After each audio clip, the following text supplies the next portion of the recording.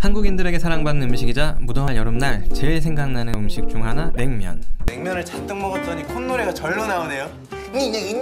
알고 보니 우리는 뼛속까지 냉면의 민족이었습니다. 170년 전 조선 사람들도 이 냉면에 열광한 걸 보면 말이죠. 그런데 재밌는 건 조선 사람들은 냉면을 바로 한겨울에 즐겨 먹었다는 것입니다. 다산 정약용은 황해도 곡산에 부사로 재직할 당시 지인에게 시를 한 편 보냅니다.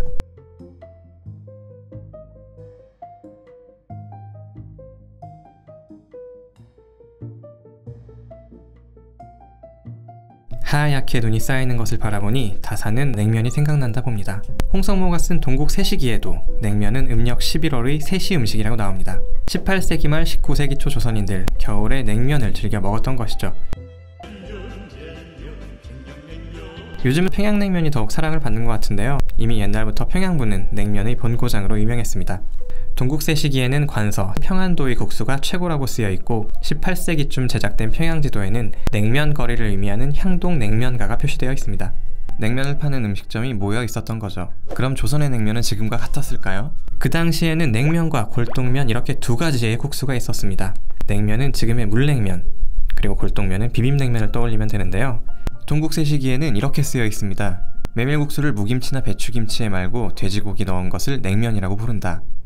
그 당시에 냉면의 육수를 만들 때 싱거운 무김치국에다가 화청에서 라고 하는데, 여기서 화청은 꿀을 넣는다는 말입니다. 꿀 넣은 동치미 국물이라고 보면 되겠죠? 그런데 그 당시에 동치미 국물 말고도 배추김치의 국수를 말았다고 합니다.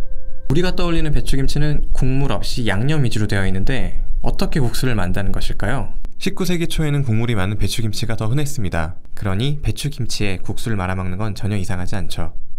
이번엔 골동면을 살펴보죠.